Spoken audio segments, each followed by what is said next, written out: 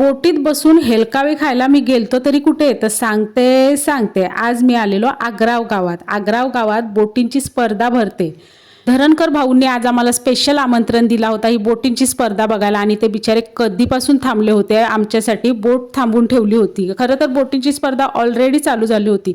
शिडांच्या बोटीची स्पर्धा गुढीपाडव्याच्या दुसऱ्या दिवशी असते, आणि त्यासाठी आम्हाला खास धरणकर भाऊंनी, कोळी भाऊंनी आम्हाला बोलवलं होतं. आम्ही खरं तर लेट पोचलो. बोटी ऑलरेडी स्पर्धा चालू झाली होती. बोटी पुढे गेल्या होत्या, पण ते बोलले की काय हरकत नाही, आपण पण आता तिकडेच चाललो आहोत. बरं ठीक आहे.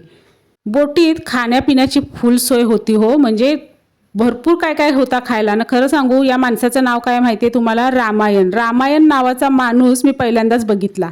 खाण्याची ना पिण्याची सोय बोललो, पण आम्ही काय पिणारे नव्हतो आम्ही फक्त खाणारे ना. खरं सांगू, कलिंगड खाता खाता बोटीने असा हेलकावा घेतला का बोट बुडते का काय असं वाटायला लागलं.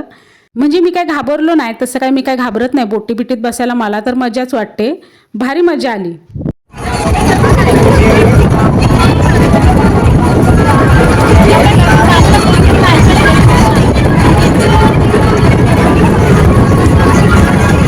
स्पर्धा संपवून जेट्टीवर आलो तर बघतो तर काय रे बाबा, ही गर्दी आणि ही बोट. या बोटीचा पहिला नंबर आला. नाव होता हिरावती. मी पूर्ण ब्लॉग पण बनवलाय, तो पण बघा. रिटर्न आल्यावर धरणकर भाऊंच्या वाईफने आमच्यासाठी मस्त कोळी जेवणाची सोय केली होती. भारी जेवण केला होता. आणि यावेळेस आमच्या सोबत कोण होते, तर यावेळेस आमच्या सोबत होते हे मनोज अंकल. ते लाजत होते, ते बोलत होते माझी व्हिडिओ काय काढू नका.